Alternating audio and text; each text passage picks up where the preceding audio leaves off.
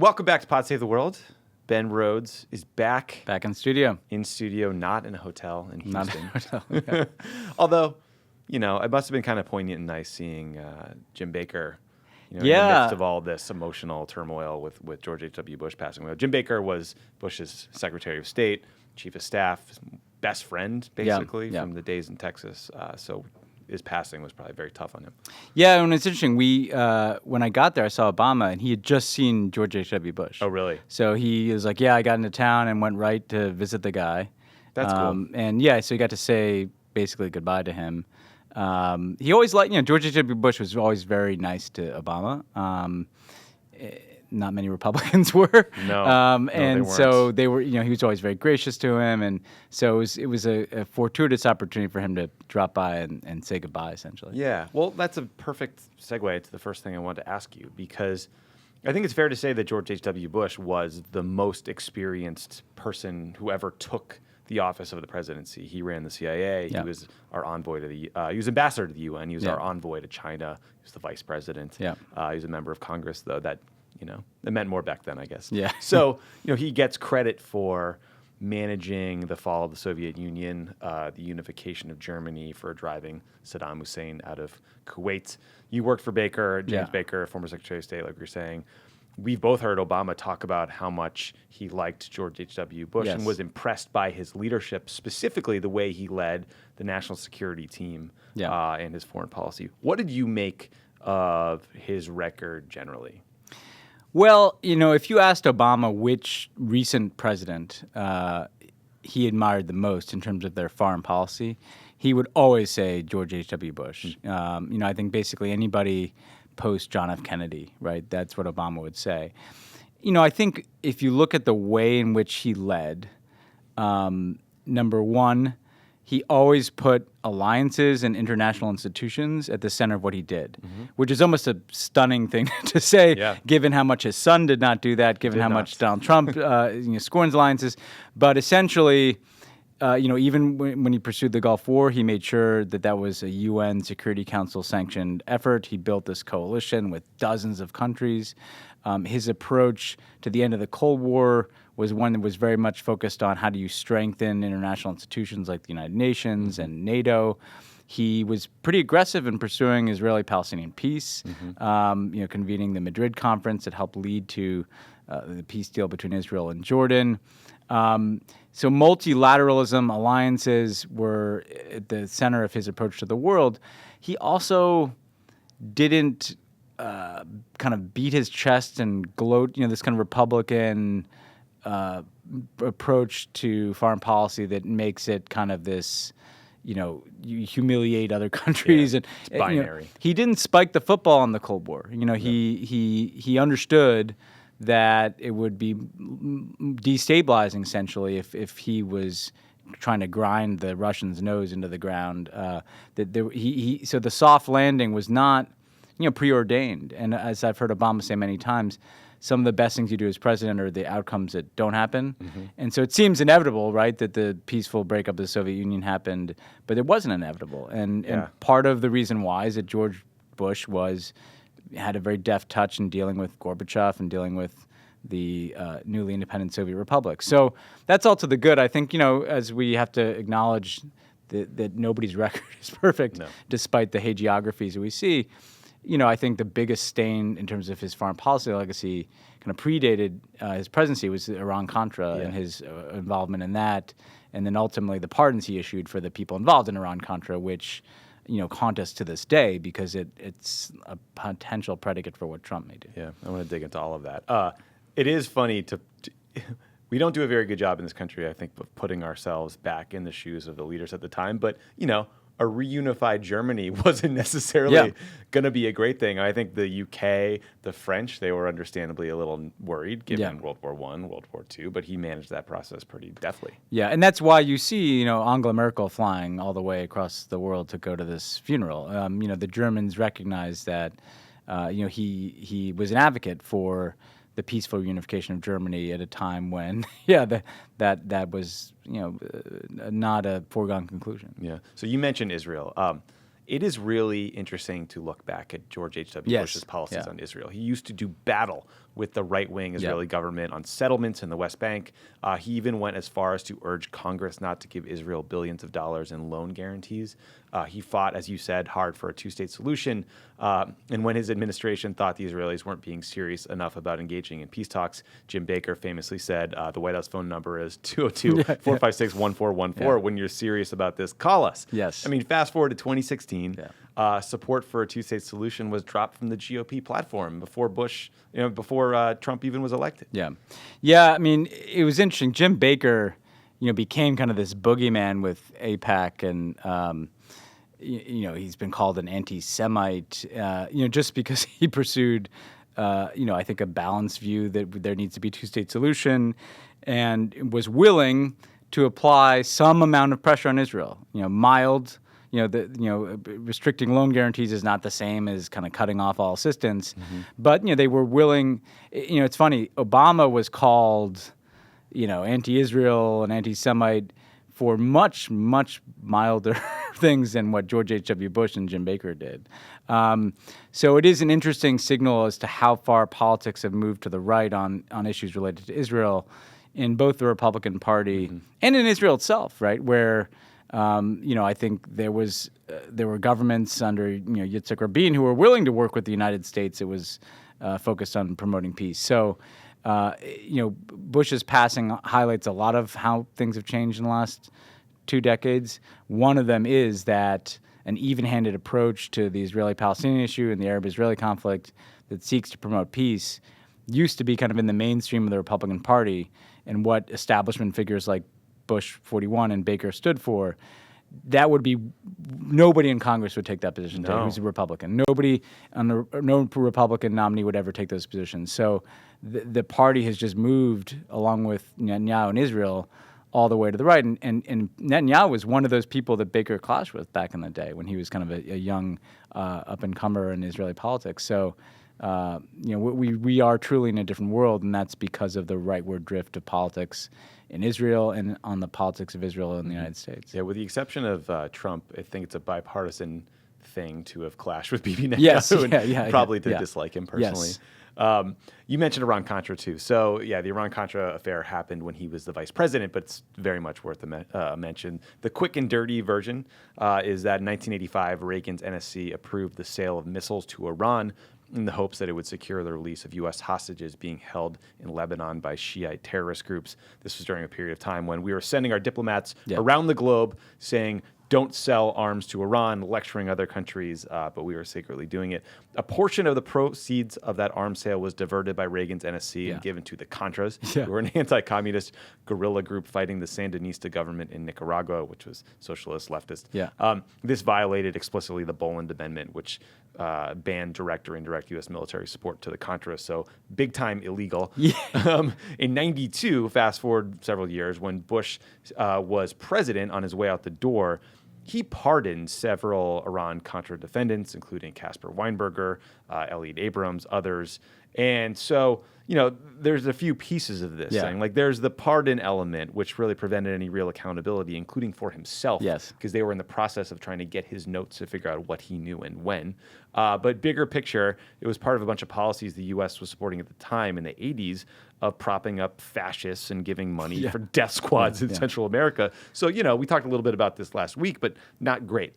Can we just, Tommy, do like episode 72 in the Benghazi hypocrisy? Yes, please. They fucking sold weapons to Iran to launder money to death squads in Central America. Crazy. Like, it is fucking insane that ever happened. Like, it's one of those things, Iran-Contra, it just sounds like something that maybe you heard about once. When you peel back the layers of what was happening, and these were like the most senior people at the NSC involved in these meetings, right? So thinking about like, well, we're going to deal with the Iranian revolutionary government, right? Like, pretty soon after Khomeini overthrew the Shah, we're going to deal with these people so that we can launder money against the law, because Congress has blocked us from doing this, to some death squads in Central America. Imagine being in the meeting when that came up. Someone had that idea. I mean, okay, so just put that aside for a second. And then actually when you look at this, Bush 41, I think is two of the things that people have rightly criticized. One is, and you guys probably dealt with this on PSA, but like the the bare knuckle politics that he would farm out, right? Sure. The Willie Horton stuff. But on the other thing is like sometimes the clubby loyalty that people admire, right? Yes. That has a dark side. You know, when he was at the RNC around Watergate. You know, he was at the CIA. You know, when they were kind of coming out of the church committee years. But then on Iran-Contra, he pardons all these guys. It matters to him because if the Weinberger trial went forward, right, because they're prosecuting Weinberger, Bush's diary, he kept a diary apparently when he was vice president, could have been, put forward as evidence. And I think the widely held belief is it would have demonstrated that Bush was in some of these meetings, right? And it's not uncommon, as you know, for the vice president sometimes to chair or participate in NSC meetings. And the trail was leading up to Bush. And so he pardons all these guys. And part of what he does is that, gets the heat off of him. The prosecutor has long complained that Bush essentially averted accountability for what he did. And I have to say, like, it's pretty remarkable to hear those names. I mean, Ollie North is now the head of the NRA. Elliot Abrams went on to serve in a very senior, deputy national security advisor role under Bush's son. Is kind of one of the leading Republican voices on foreign policy. So these guys really got a pass for some pretty extreme political activity. And so again, I think the darker side of the legacy on Iran-Contra is it's the same thing that, frankly, Bush's son did not do for Scooter Libby, right? That, we just take care of our own, even when they do, pretty illegal, terrible shit. And I do think that it's worth people taking another look at Iran-Contra and unpacking that, because it does speak to a view of, if we're Republicans, we can do whatever the hell we want. We can break the law. We can funnel arms against Congress's will to death squads. We can be hypocrites and deal with the Iranians. If Democrats so much as, write some talking points we don't like, we're going to investigate them for 4 years. I think Iran-Contra is a case study in how they think the rules don't apply to them. And that's a thread that you can draw through the Iraq War intelligence, all the way to today. Yeah, I mean... In our day, the NSC gone wild was when people were being micromanaging. I can't imagine like selling arms to another country and funneling them to a terrorist group. By the way, if you're listening and you are like, what the hell is Iran-Contra? There is an incredible book called The Nightingale Song, which is by a journalist named Robert Timberg, which tracks this Naval Academy graduating class of like 1968, which is a lot of people you mentioned who were involved in Iran-Contra. Bud McFarlane, Jim Webb, who became a Democratic senator from Virginia, and their time in Vietnam and how it later informed some of the things they did in Iran-Contra. It's one of the best books I've ever read. And just one more thing on this is that, like, it wasn't like some fringe set of characters and issues, right? No, these were like the inside players, and these were the preeminent foreign policy issues at the time. The fight against communism in Central America, Iran, getting the hostages released. So this is like, I think it's hard for us to get our minds around how much this was at the center of the Reagan White House, the Reagan NSC, and how, the Democrats were pretty judicious in how they went about investigating it. It wasn't a gotcha thing. It was like, let's pull the thread on, get these facts. And Bush did kind of just take an eraser and wipe the chalkboard clean here at the end of his presidency. So as long as we're talking about intelligence and politicizing intelligence, there was some breaking news today, which was after the Trump White House initially refused to allow it, CIA Director Gina Haspel finally gave a classified briefing to some select members of the Senate about the murder of Saudi journalist Jamal Khashoggi. Senators emerged from that meeting totally convinced that the Crown Prince, Mohammed bin Salman, or MBS, ordered Khashoggi's execution. Senator Lindsey Graham said that while there was no smoking gun, there was, quote, a smoking saw. Cool soundbite, referring to how he was dismembered. Bob Corker said, quote, if the Crown Prince went in front of a jury, he would be convicted in 30 minutes. That stands in a pretty stark contrast to Trump, who still claims the CIA didn't conclusively show that MBS was involved. And it seems to go further than whatever spin Secretary Mattis and Secretary Pompeo offered to the full Senate last week when they briefed. So what the hell happens next? I mean, this seems like an enormous deal. It's an enormous scandal. I mean, basically what we now know is that MBS orders the brutal murder of this journalist in a third country. and we knew about it. You know, the CIA clearly had information. If you read the reports, right, no surprise to anyone. One of the reasons, Tommy, some of us were so confident in asserting that, like, we must have known this is because anybody, you know, I don't think it reveals anything to say that anybody knows works in the U.S. government knows that, like, the Saudis are a country where we might have a pretty good idea what's going on based on our intelligence collection, right? So that whole time, the reason this matters for number one, that whole time Trump was saying, well, we don't know what happened. This could have been rogue killers. Trump was probably sitting on information that said MBS did this. So again, I know we get used to the lies from him on everything, but for him to be sitting on information from the CIA that says the Saudis brutally murdered this guy and MBS directed it, and he's out there lying and inventing cover stories and saying it might have been rogue killers, that is astonishing to begin with, right? Yeah. Then second, he basically puts out that wackadoodle statement saying, you know, America first, and I don't really care whether he did it or not. We're going to be all in on Saudi Arabia. You know, at the same time, he sends up Jim Mattis, who, you know, we used to always hear these hagiographies about Jim Mattis being the grown-up in the room, and, you know, and Mike Pompeo, who was supposed to kind of restore the State Department's position, to basically lie to Congress. I mean, if you look, Pompeo's up there saying, well, you know, there's no direct reporting of MBS being responsible, and Jim Mattis saying there's no smoking gun for MBS being responsible. They said that to Congress, and they said that publicly. And now we hear from actually Gina Haspel via these senators that that's totally a lie, that the CIA actually does have indications that MBS was responsible. Yeah, to be even more specific, I mean, the Wall Street Journal reported that the CIA intercepted 11 messages that Mohammed bin Salman sent to an advisor who we know oversaw the hit squad at the time that they were murdering him. Yeah. And that so seems like as smoking a gun as you'll ever find. Well, yeah, the CIA is not Sherlock Holmes. Like, they don't necessarily, like, you know, dust fingerprints at the site of the scene. They collect intelligence. And if they have intercepts that show he's literally talking to the guy who's carrying out the operation, that's as ironclad as the CIA can get in saying this guy did it. So let's be very clear about what happened. Mike Pompeo lied to Congress. And this is a man who spent 4 years investigating Benghazi, who thought that Trey Gowdy's Benghazi report wasn't partisan enough, so he wrote a minority report to register some additional attacks on Hillary Clinton. A lot of that had to do with whether we misled people. He literally stands up on the most prominent issue in the world today and lies to Congress's face about it, right? There need to be consequences. Yeah. Like, we can't just accept this as normal, that the President of the United States can lie about this, then he can send the Secretary of State and Secretary of Defense up there to lie about it. Meanwhile, he's coddling MBS. He's acting essentially as his defense attorney to try to cover this murder up. That's bad for every interest the United States has, whether we care about freedom of the press, whether we care about Saudi Arabia's out-of-control foreign policy in Yemen, our standing in the world. All this is suffering because of this.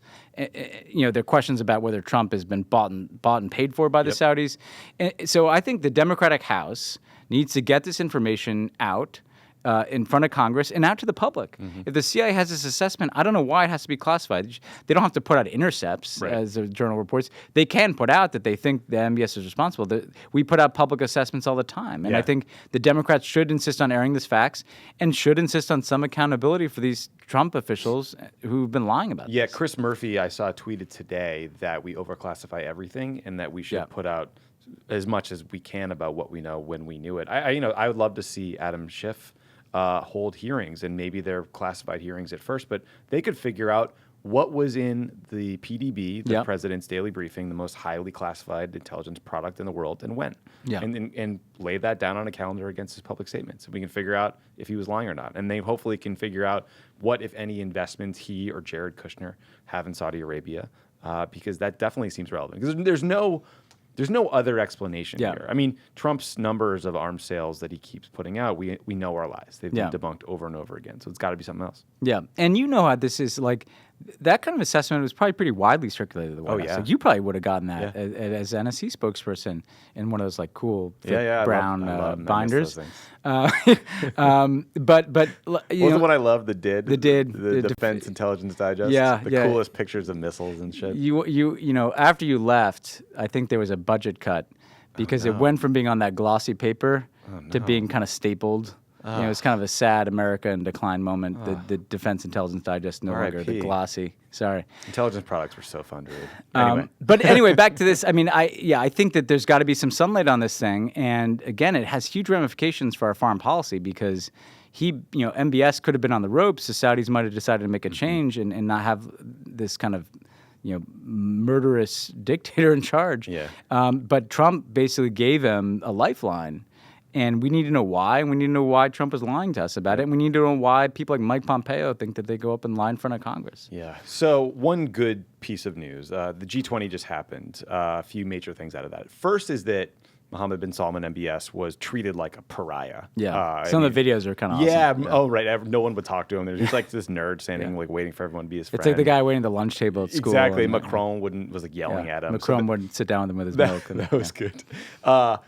That's a good thing. I found it disconcerting and odd that the Russians had just attacked a couple of Ukrainian vessels and was like still holding their sailors hostage, and yet that was not at all the focus of the G20. That's the kind of international forum where you should pressure them on this stuff. Lastly, the White House came out of the meeting claiming that Trump and Chinese President Xi Jinping had essentially hit pause on the trade war, that U.S. would suspend adding tariffs on Chinese goods for 90 days. Fast forward 2 days.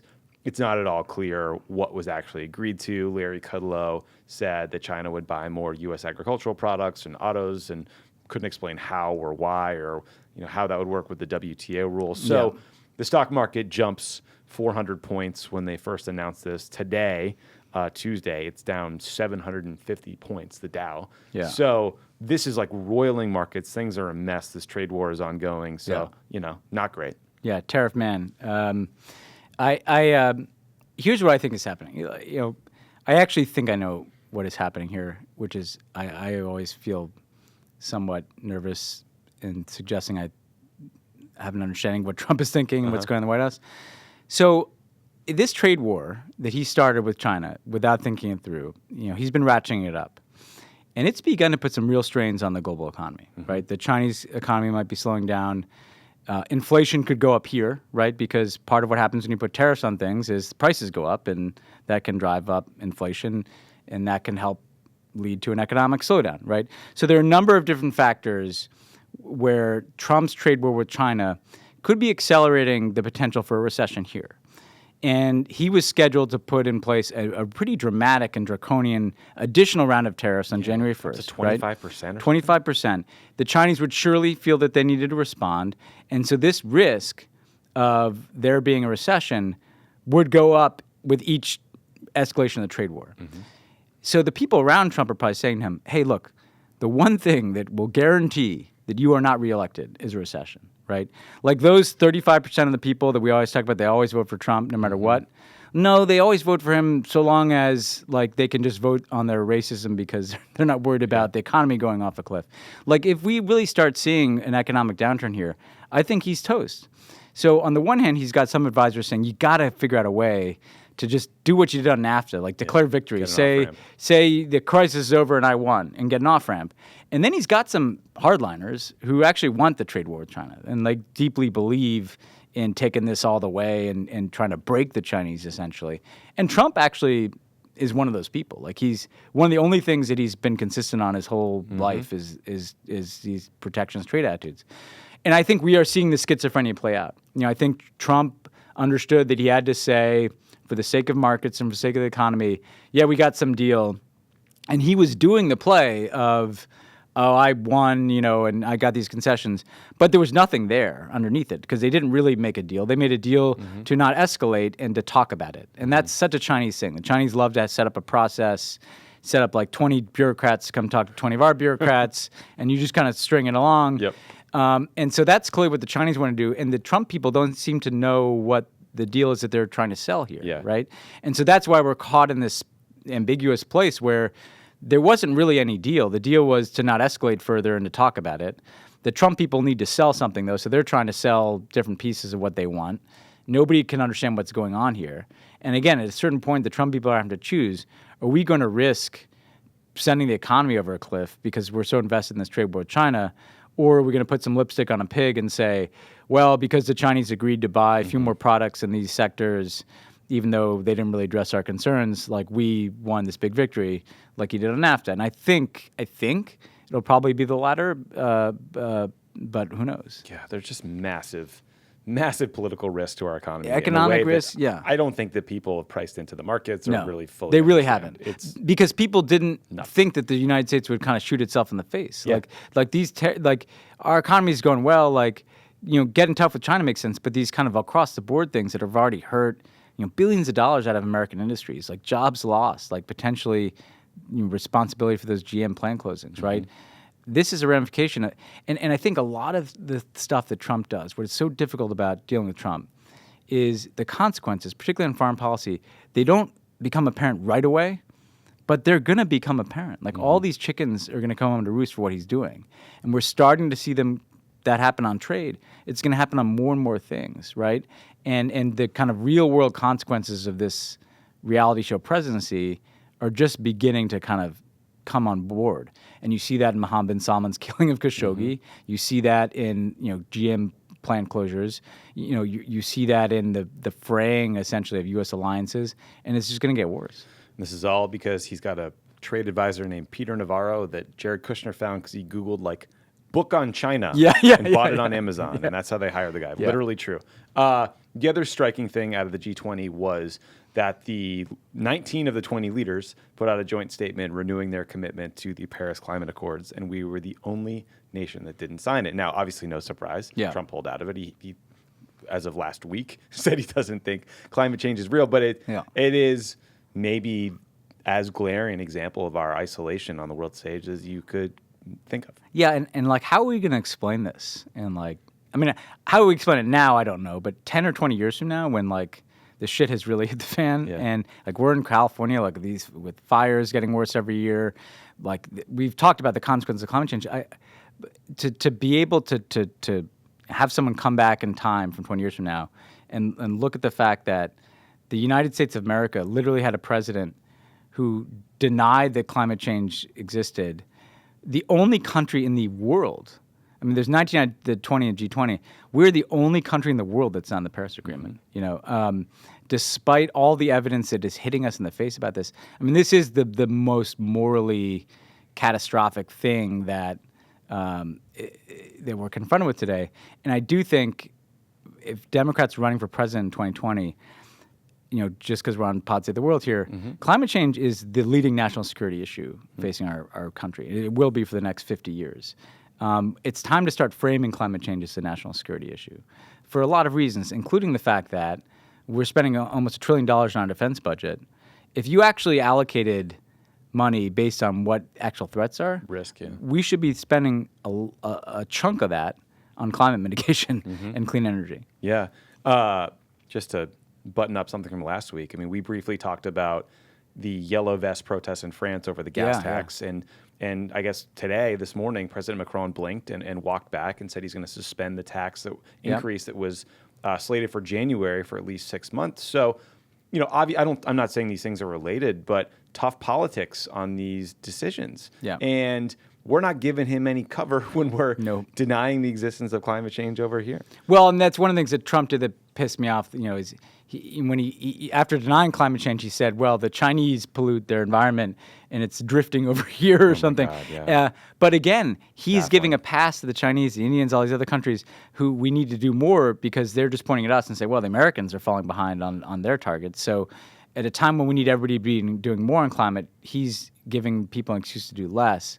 You were totally right that this protest got worse from Macron, worse than I thought.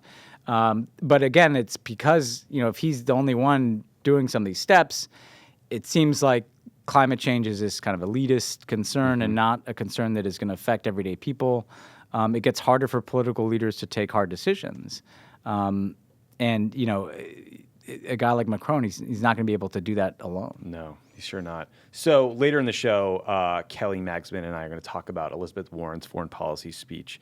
But more broadly, I mean, 'tis the season for everyone to go out and give their big framing speech because some advisor said you need to look like a commander-in-chief. If you were advising Kamala Harris or Beto O'Rourke or any of the many people who might run for president, like what would you want to hear from them on the trail? Like what's new and different, and how would you frame it?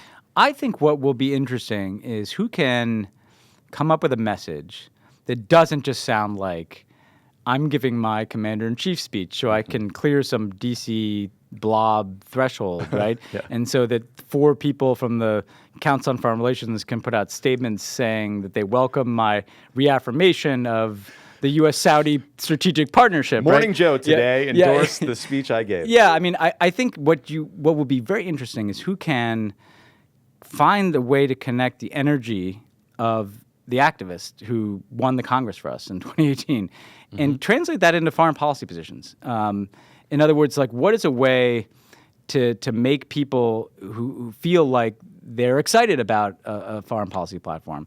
I think who can be bold in saying and laying out how they're going to end these wars, right? We're going to get out of Afghanistan. And no, we're not going to half get out. We're going to get out of Afghanistan. It's been 20, people are fighting there who were born after the war started. Like, it's time to bring that war to an end. It's time to terminate our support for the Saudi war in Yemen. It's time to end our arms sales to Saudi Arabia. It's time to rethink our entire approach to the militarization of our foreign policy across the Middle East. It's time for a new authorization for the use of military force so that we're not in this endless war rooted in a law that was passed in 2002, right? So I think one piece of this is being unapologetic and having a vision for how we're going to wind down the wars. I think a second thing is looking at the defense budget, right? Which, by the way, Democrats have been terrified to talk about every election cycle, right? Trump attacked his own budget on Twitter like 2 days ago. Well, too. even he's figured out that it's too high, but it's. I mean, I'll just give you one statistic. We're going to spend up to $1 trillion modernizing our nuclear weapons infrastructure over the next decade. That's insane. We shouldn't be spending anywhere near that. And again, what if you took that money and spent it on climate change? And you know what? Make the argument. Just make the argument. We don't need all these Cold War era bombers that we're still building. We don't need to develop a new ICBM, right? We need to be preparing for the threat of climate change catastrophe, right? And so somebody speaking to reallocating our priorities when it comes to the defense budget and focusing on national security, but let's focus on our actual national security threats, and that's got to deal with a serious challenge from climate change. If you were, I'm not a big management consultant guy, but if you were to come down from outer space and look at what are the threats facing the United States and what do you spend money on, we spend money to fight wars that we're not going to fight, and we don't spend money to prepare for the thing that is going to cause conflict and mass migration and huge national security challenges. So that's a second piece of this is our budget, our priorities, how do we deal with climate. I think someone who can articulate what it means for America to promote democracy again and connect the fact that we have to get our democracy in order at home, right? So getting rid of voter suppression, like assuring the right to vote in this country, is connected to preventing Russian interference in our election and having better cybersecurity around our elections and combating disinformation in our societies and dealing with the tech companies because it's a national security risk that you have foreign powers undermining our democracy. So someone who can tell a story about strengthening our democracy at home and then promoting democratic values abroad and standing up to the Saudi Arabias of the world and standing up to Putin again and once again trying to rally other countries for the things that we care about, right? So we could go down a whole list of other issues, but I think somebody who can find that energy that people feel about, we want to focus on the right priorities, the things that we actually care about. We want to restore our democracy. We want to have America stand for something again in the world. Someone who can touch that chord and not just check the boxes, I think will be someone who can make their foreign policy message resonate. And we did that in 2008, but a lot of that was around the Iraq War, but it was also around diplomacy with Iran. Right. Remember, like you and I Yes. were remember at first people thought that was a mistake and ended up being a winner because it was authentic. That's what I've been thinking about too. I mean, there was a debate where Obama said that he would talk without preconditions to all kinds of bad people and bad places, North Korea, Iran, Cuba, and that was treated not just by the Republican Party, but by Washington, D.C. as the craziest thing ever spoken. Yeah. And by the way, it worked out fine for Obama. Hillary Clinton implemented those policies, and Donald Trump has continued them. Yeah. So here we are. I'm wondering, what is that moment going to be? What is that issue? Maybe it's unknowable, but I would want to be doing exactly what you're talking about, which is how do we get people to give a shit about foreign policy? Because most of the time they don't. Iraq made it easy for us, but you need to organize around an issue and get people inspired by something. Yeah, and I don't, it'll be interesting. People care about the wars. They care about us sacrificing our moral authority. They care about our democracy. They care about climate change. I think the budget, the defense budget, is like this kind of thing that somebody could have a moment on, right? Because half the candidates want to sound like, well, I think we should spend even more. Give the generals everything they need. And somebody standing up and calling bullshit on that, because that's what Obama did on the diplomacy with Iran. He's called bullshit. It's like guys who've tried not talking to them, and they keep advancing their nuclear program. And people in Iowa appreciated that he was telling the truth, right? So I think whoever can find a moment where they call bullshit on some of these, prescribed foreign policy positions, I think that would be a good moment for someone. Yeah, me too. Well, I think we're about out of time, but in a minute we'll go to the interview with Kelly, and I'm very excited to preview that next week the former U.S. ambassador to Israel, Dan Shapiro, a longtime friend of ours working in the NSC, is going to be here in Los Angeles in studio with us. So we get to ask him all about Bibi getting indicted, his experience when he left the cocoon of the NSC to go spread his wings abroad, and all kinds of other shit. Yeah, Dan, like every time for like 4 years, was the man that Bibi would call him to chew out when Obama did something. Because Bibi didn't have the guts often to to always call Obama, right? So he just kind of, I think, poor Dan had to take a lot of hits. But Dan spoke. We can talk to him the next time, but he became this kind of mini celebrity in Israel because he spoke perfect Hebrew, and even though he was controversial issues on Iran and stuff, he would always talk to the Israeli people directly in the language they understood. So that'll be fun. He's also he's a good dude, an impossibly nice guy. Yeah, the nicest guy. Ben, this has been fun. Yeah. Talk to you guys next week. Yeah.